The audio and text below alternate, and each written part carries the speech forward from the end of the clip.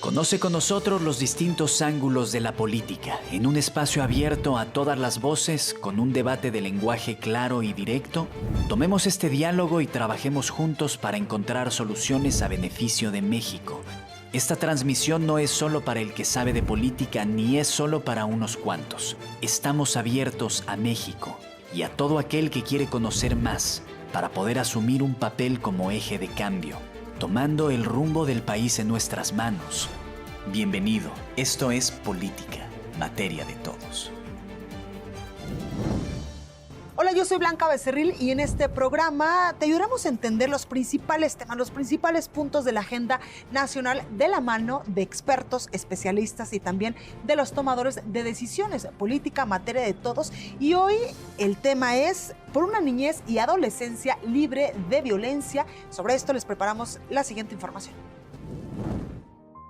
La violencia contra niñas, niños y adolescentes se puede manifestar de diversas maneras, como son el abandono, la negligencia, abuso físico o emocional, abuso sexual, violación, trata, tortura, trato o castigo inhumano y degradante, matrimonio infantil y el surgimiento de nuevas amenazas como la violencia en línea y la explotación sexual. Es de extrema importancia evitar la normalización de la violencia en contra de las niñas, niños y adolescentes, previniéndola y en su caso atendiéndola a tiempo, con la finalidad de impedir las consecuencias que ésta acarrea. Según datos mencionados por el secretario ejecutivo del Sistema Nacional de Protección Integral de Niñas, Niños y Adolescentes, 63% de los niños entre 1 y 14 años han sufrido violencia en el entorno familiar. Más de 40% de ellos experimentó violencia física y más del 6% castigos severos y extremos, en tanto que más del 85% de las niñas y adolescentes sufrieron algún tipo de acoso en la calle. En julio de 2016, México se convirtió en uno de los primeros 4 países en sumarse a la Alianza Global para poner fin a la violencia contra niñas, niños y adolescentes, iniciativa que cuenta con el respaldo de organismos internacionales y organizaciones de la sociedad civil para poner fin al abuso, explotación y trata, así como toda forma de violencia y tortura contra la infancia. La Alianza Global es una oportunidad para encauzar e integrar diversas acciones vinculadas a los recientes cambios generados a raíz de la Ley General de Derechos de Niñas, Niños y Adolescentes publicada en diciembre del 2014. Por otro lado, en agosto de 2017, México se sumó a la Alianza por una Niñez sin Violencia, con el propósito de generar un entorno seguro para niñas, niños y adolescentes. Continuamos con más en Política, materia de todos. Gracias por acompañarme. Gracias. Muchas gracias, Blanca. Muchas gracias por invitarnos. Y comienzo precisamente presentando a la senadora Lisbeth Hernández Lecona. Ella es secretaria de la Comisión de Familia y Desarrollo Humano. Muchas gracias. También a la maestra Magda Olalde Martínez. Ella es investigadora del Instituto Belisario Domínguez. Buenas tardes, muchas gracias. Gracias. También al maestro Fernando Gal. Él es director de participación de niñas, niños y adolescentes de la Secretaría Ejecutiva de CIPINA. Gracias por estar con nosotros. Muchas gracias por invitarnos. Además, también nos acompaña la maestra Diana Brito Navarrete. Ella es miembro del Laboratorio de Psicofisiología y Neuropsicología de la UNAM. Gracias. ¿Qué tal? Muchas gracias. Y yo quiero comenzar preguntándoles por qué se ejerce la violencia a las niñas y a los adolescentes, senadora. Bien, pues es todo acto que causa un perjuicio a los niños, que puede ser una omisión, que puede ser violencia física, psicológica, omisiones en donde falta amor, falta comunicación, falta respeto. Eso es una violencia que hoy en día nos ha traído como consecuencia que las niñas y los niños en México pues tengan un índice alto en drogadicción, en alcoholismo, en embarazo, en adolescente, en bullying.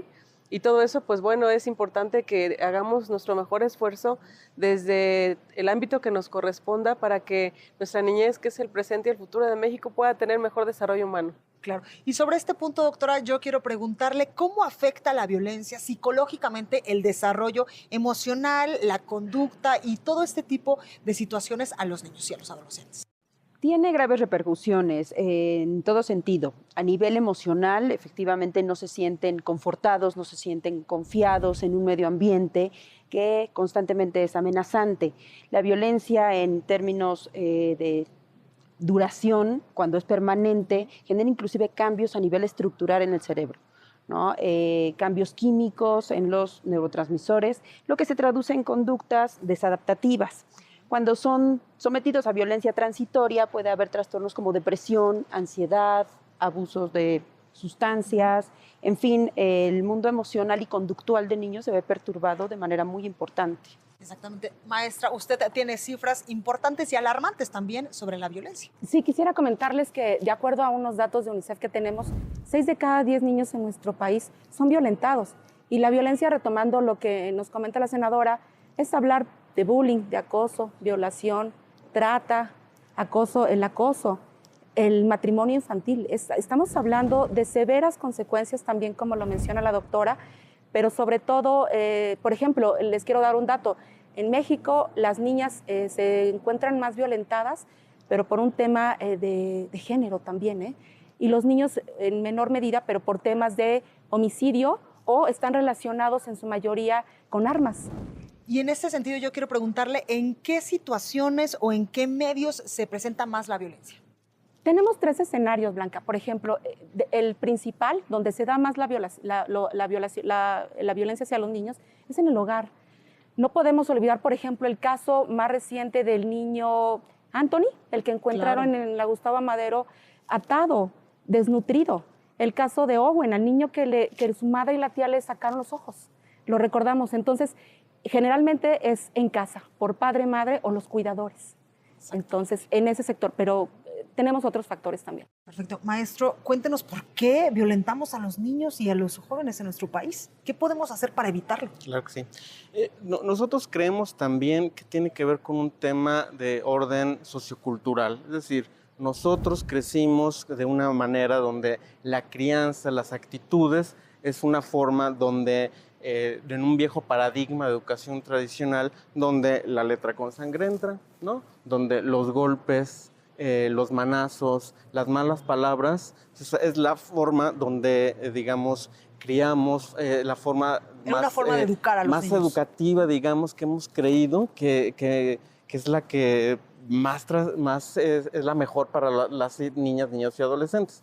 No obstante, es preciso un cambio de paradigma. La Ley General de Derechos de Niñas, Niños y Adolescentes lo establece muy, muy claramente en su artículo, en el capítulo 8, sobre una vida libre de violencia. Entonces, el cambio cultural que tenemos que llevar a creer que, de entrada, que los niñas, niñas y adolescentes empezamos que son personas, Claro. son sujetos de derechos, son titulares de ellos. Entonces, en ese sentido, el cambio cultural empieza a creer en estas relaciones horizontales que es preciso que papás, mamás, cuidadores, es decir, los adultos que estamos a cargo de niños, niños, adolescentes y que trabajamos como servidores públicos para ellos, Claro. es vital hacer ese cambio, es necesario. Exactamente, con esto me quedo, voy a un breve corte, yo regreso con más, no se vaya. Los niños, generalmente niñas, niños, son violentados, son menores. ¿Cómo denuncian? Exactamente. ¿Cómo ¿O quién denuncian denuncia? ellos? Los vecinos. Porque, claro, el que está agrediendo en este momento es, mato a tu mamá, te voy a lastimar más. Entonces, bueno, con tal de que no pase a afectar a la familia, no denuncian. Sin embargo, creo que los ciudadanos tenemos ese compromiso porque yo no soy responsable solamente de lo que le pasa a mis 2 hijos, a Bruno y a Diego. Soy responsable de lo que veo también en mi entorno, claro. y también soy responsable de poder denunciar y no quedarme callada. En ese sentido, creo que nos falta esa cultura de la denuncia y decir, nuestros niños merecen respeto. Esto es política, materia de todos. Esto es política, materia de todos. Continuamos con más en Política, materia de todos, y yo quiero preguntarles, ¿hay algún tipo de estrategia o programas para prevenir, atender y erradicar la violencia contra los niños? Por supuesto que primeramente hay que hacer hincapié en la ley. La Constitución en el artículo 4 establece que la ley protegerá el desarrollo de la familia y en ese tenor, pues bueno, se creó en el 2014 la Ley General de los Derechos de las Niñas, Niños y Adolescentes. Que costó mucho trabajo. Costó trabajo, pero hubo una gran unidad en las y los senadores, la Cámara de Diputados, en hacer conciencia de la primera infancia. Lo importante que es que cuidáramos de nuestras niñas y niños y adolescentes. De ahí, pues ya viene la política pública en relación al Sistema Nacional de apoyo a las niñas, niños y adolescentes, pero el capítulo que más me interesó y que hice énfasis, toda vez que es la primera vez que el Senado tiene la Comisión de Familia y Desarrollo Humano, es un capítulo que habla del derecho a vivir en familia. Es importante hacer conciencia en políticas transversales, pero en leyes también con que podamos mirar a que si la familia, que es la primera base de educación, de Claro. principios y valores, esté atenta independientemente de lo que haga el sistema de gobierno, pero que hagamos este esfuerzo colectivo, sociedad civil, comunidad, Estado, familia, en que nuestras niñas y niños crezcan en un mejor entorno, que sean felices, que sean productivos y cuando sean adultos se van a desarrollar de una forma segura y sobre todo que van a ser generadores también y transformadores sociales de lo que pueda acontecer en nuestro país. Exactamente, es el compromiso de las Del Sistema Nacional de Protección de Niñas, Niños y Adolescentes. Nos encargamos de la articulación, la vinculación y la coordinación de un entramado entre las instancias, organizaciones de sociedad civil, agencias internacionales, para justamente coordinar políticas públicas en materia de derecho de niñas, niños y adolescentes. Concretamente, lo que estamos trabajando en CIPINA es, México está adscrito, el año pasado se adscribió a la Alianza Global para poner fin a toda violencia contra niñas, niños y adolescentes, una iniciativa de UNICEF. El secretario Osorio Chong fue justamente a Nueva York a lanzar esta alianza y aquí en México se lanzó recientemente en agosto. La alianza se opera, digamos, a través de una comisión, o su estrategia se opera a través de una comisión que es Comprevna, la Comisión para poner fin a toda forma de violencia contra niñas, niños y adolescentes, donde están articuladas 37 instancias de gobierno, 19 organizaciones de sociedad civil, es decir, es un entramado muy, muy amplio que justamente busca articular a través de 7 grupos de trabajo que está basado en la estrategia Inspire, o Inspire también. Esa estrategia consiste en 7 grupos de trabajo, 7 estrategias basadas en prácticas probadas en gobiernos y prácticas de organizaciones de sociedad civil, que digo, así que en otro momento podemos hablar de ello para no quitarle el tiempo a mis colegas, pero básicamente ahí se opera esos grupos de trabajo justamente, ¿no? Y que buscan lograr cambios, digamos, en la erradicación, en el salario, por ejemplo, cambios en las normas y valores, en los trabajos de los servicios de apoyo, entre muchos otros. Exactamente. Maestra, ¿está tipificado este delito en el código, en la legislación? Sí está tipificado, sin embargo, aquí el problema al que más nos enfrentamos es a la falta, a la carencia de denuncias. Mencionábamos que tenemos de 6 de casos, 7 casos, de 6 de 10 casos visibles, denunciados. Aquí el tema son 2 cosas. Uno, que considero que la brecha entre lo que tenemos ya y lo que sabemos hacer difiere, porque no tenemos esa cultura todavía de denunciar. Hace un momento decía que los niños, generalmente niñas, niños, son violentados, son menores. ¿Cómo denuncian? Exactamente. ¿Cómo denuncian ellos? Los vecinos. Porque, claro, el que está agrediendo en ese momento es mato a tu mamá. Claro. Te voy a lastimar más. Entonces, bueno, con tal de que no pase a afectar a la familia, no denuncian. Sin embargo, creo que los ciudadanos tenemos ese compromiso porque yo no soy responsable solamente de lo que le pasa a mis 2 hijos, a Bruno y a Diego. Soy responsable de lo que veo también en mi entorno. Claro. Y también soy responsable de poder denunciar y no quedarme callada. En ese sentido, creo que nos falta esa cultura de la denuncia y decir, nuestros niños merecen respeto. Sí, muy rápido. Eso que estás mencionando es súper importante. En el Parlamento Infantil de las Niñas y los Niños de México, que se realizó este año en febrero, denunciaban este tipo de cosas. Lo que están hablando estos 300 niñas y niños era cómo nos gustaría, y lo que está colocado en la declaratoria, cómo nos gustaría contar con una línea telefónica para poder denunciar temas que tengan que ver cuando nos quitan nuestro derecho a vivir una libre vida de violencia. La comisión, justamente, basada un poco en esta evidencia que ponen las y los niños, dijeron, bueno, ya existe el 911. Tenemos que articular para convertir. Que te daban en el DIF, ahí venía un número telefónico para denunciar el maltrato. Así es. Entonces, y es vital, y entonces colocarle a los niños, a las niñas y a los adolescentes este tipo de servicios de apoyo justamente para que ellos mismos sean, como la ley lo establece, sean titulares de sus derechos y lo puedan ejercer. Entonces, medidas como esta que les coloquemos a los niños es fundamental. Exactamente. Doctora, ¿qué tipo de violencia es la que más se ejerce hacia los niños, las niñas y los adolescentes? Pues puede ser desde muy sutil, desde ignorarlos, desde no darles un foro. relacionado con lo que se está comentando es que a veces la violencia se normaliza. Claro. Es normal el golpe, es normal el chanclazo, es normal el grito, es normal ver a mis papás golpearse o pelear entre ellos. Entonces, me parece que de entrada es hacer conscientes a los niños, a los padres, de que esa no es una manera viable De educarlos. de educarlos Claro. y de convivir, ¿no? Porque esas sutilezas se van perpetuando.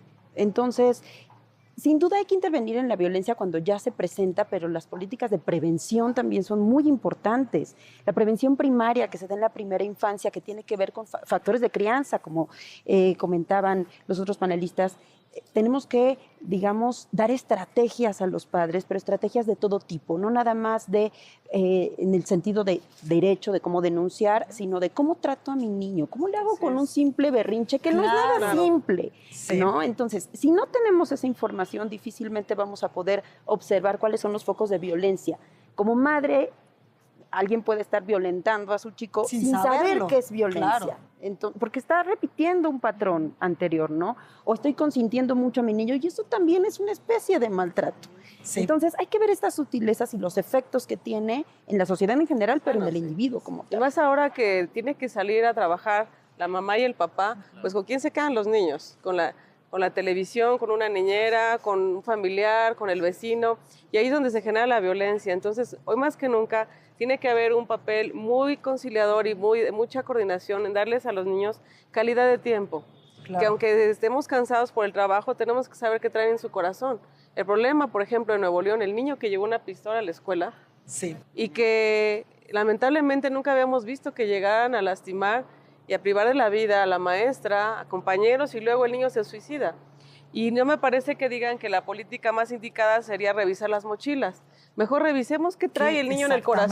Exactamente. ¿O dónde vio ese tipo de ¿Dónde vio conductas? eso? Porque además tiene que ver con la televisión, tiene que ver con el internet, tiene que ver con la educación que se ha guiado el niño en su primera infancia. Así es. Perfecto. Es que es de vital importancia, nuevamente, insisto, cambiar esto que hemos normalizado tanto a una forma donde papás, mamás, cuidadores, las y los adultos en general, reescuchemos, entrenemos nuevamente los oídos para escuchar a niños, niñas y adolescentes. Con esto me quedo. Vamos a un breve corte y yo regreso con más. No se vaya. Sin duda es necesaria, si vemos el círculo de la violencia, es que la violencia se ejerce desde padres que están inconformes con ellos mismos, emocionalmente quebrados también. Pero tal vez ellos también tuvieron episodios de violencia cuando eran niños. Sin duda, vamos en un círculo perpetuando estos estados. Esto es política, materia de todos. Esto es política, materia de todos. Tu voz es escuchada en el discernimiento de los especialistas. Por ello, hoy estudiamos las estrategias para lograr niños y jóvenes libres de violencia. En México, se contabilizan miles de niños y adolescentes que crecen en una situación de violencia que deja secuelas profundas e incluso termina con sus vidas. La raíz de este problema se fundamenta en la educación que los padres brindan a sus hijos. Tienes que instruir al niño con amor, pero también con brazo fuerte.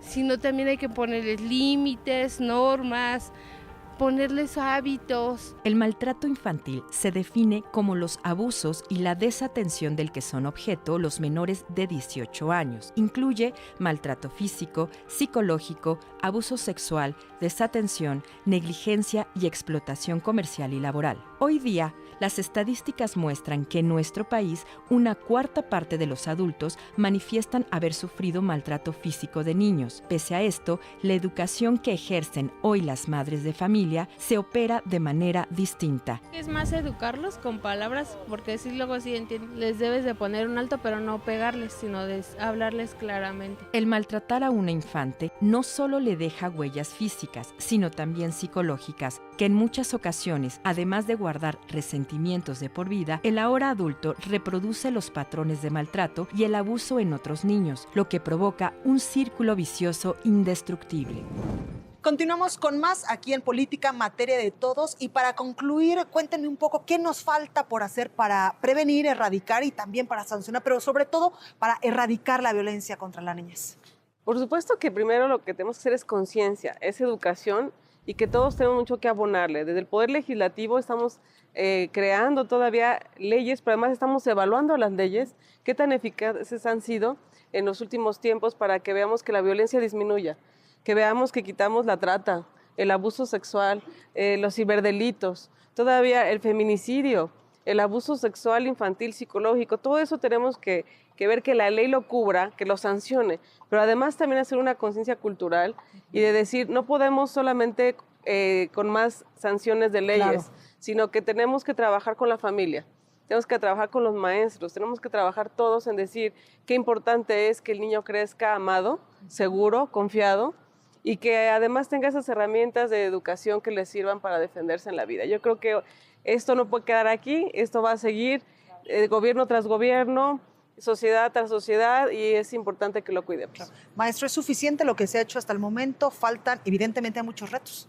Falta muchísimo por trabajar. Es fundamental la articulación de las instancias, trabajar muy de la mano con las organizaciones de sociedad civil.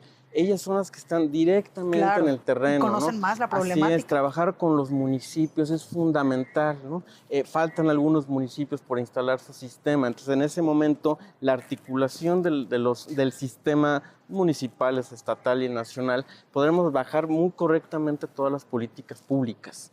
Doctora, y si no violentamos a los niños, a las niñas y a los adolescentes, evidentemente tendremos otro tipo de país. Otro tipo de país y otro tipo de estándares de vida incluso. Si nosotros crecemos con estándares tan pobres a nivel emocional, conductual, pues vemos lo que está pasando, ¿no? Altos niveles de delincuencia, de consumo de drogas, embarazos a temprana edad. Entonces yo creo que el equipo, desde la academia y desde la parte clínica se generan muchos programas de intervención de la más alta calidad, probados científicamente, pero de nada sirve que se queden en un libro, en una tesis, en la biblioteca de la universidad, por más efectivos que sean, si no se aterrizan en políticas públicas, ¿no? Si no se aplican como tal. Entonces, bueno, ahí hay un bagaje muy importante que esperamos que el gobierno eche el ojo y diga, bueno, vale la pena invertir en estos programas de educación emocional. Y desde casa, ¿cómo le hacemos? Incluso por ahí se decía que era necesario una escuela de padres, una escuela para padres. Sin duda es necesaria. Si vemos el círculo de la violencia, es que la violencia se ejerce desde padres que están inconformes con ellos mismos, emocionalmente quebrados también. Pero tal vez ellos también tuvieron episodios de violencia cuando eran niños. Sin duda. Vamos en un círculo perpetuando estos estados. Entonces, hay muchos programas en el que me especializo, el que somos autores, un grupo de la UNAM, es resignificar el papel de la madre como mujer, ¿no? Que resurja como mujer y no solo como madre. Y no sabes qué resultados hemos tenido de que las mujeres en pobreza extrema incluso empiezan a la sesión número 15, 20, ya a pintarse sus ojitos, su boca, se maquillan. Y eso también es bueno para los niños. Desde sus recursos, claro, desde sus recursos empiezan a resurgir como mujeres y solo así pueden educar desde el amor y desde la regulación en todo sentido a sus chicos. No, además, científicamente está comprobado que la proveedora emocional de un hogar es la mamá. Entonces, qué importante es que la mujer entienda ese papel que es la parte emocional de los niños. Y me parece que también resignificar el papel que tenemos los hombres en la formación. Eso iba. Si nuestro papel se limita a solo el proveedor, a ser un proveedor justamente, entonces seguimos reproduciendo ciclos donde uno es el proveedor, las mujeres se encargan de la crianza. Entonces, no, los hombres tenemos que hacernos cargo de la crianza y claro que tenemos que ser afectuosos y claro que tenemos que tener relaciones horizontales con niñas y adolescentes. Justamente eso iba. Yo creo que también yo abonaría en dos aspectos para impulsar, desde el área educativa que lo mencionaban y desde el área de salud también. Desde el área educativa, un poco con las madres, con los padres. En terapia mucho también se ve, yo lo he podido ver, la falta y la carencia, Diana no me deja mentir, del vínculo. No estamos vinculados muchas veces con nuestros hijos. El apego desde los primeros días de nacimiento es importante, pero tanto con la del leche padre, materna. la leche materna, claro, la lactancia, senadora, claro, la lactancia materna, que ya no la ofrecemos, ¿eh? Ya no me salió la leche, ya los doctores te lo ponen con el biberón en el hospital. Claro. Desde esa parte en la familia, ¿no? Les brinda mucha autoconfianza. Claro, seguridad, se compensa. En la parte educativa, Yo lo que creo que nos funcionaría mucho es la parte en impulsar en los niños a conocer sus derechos.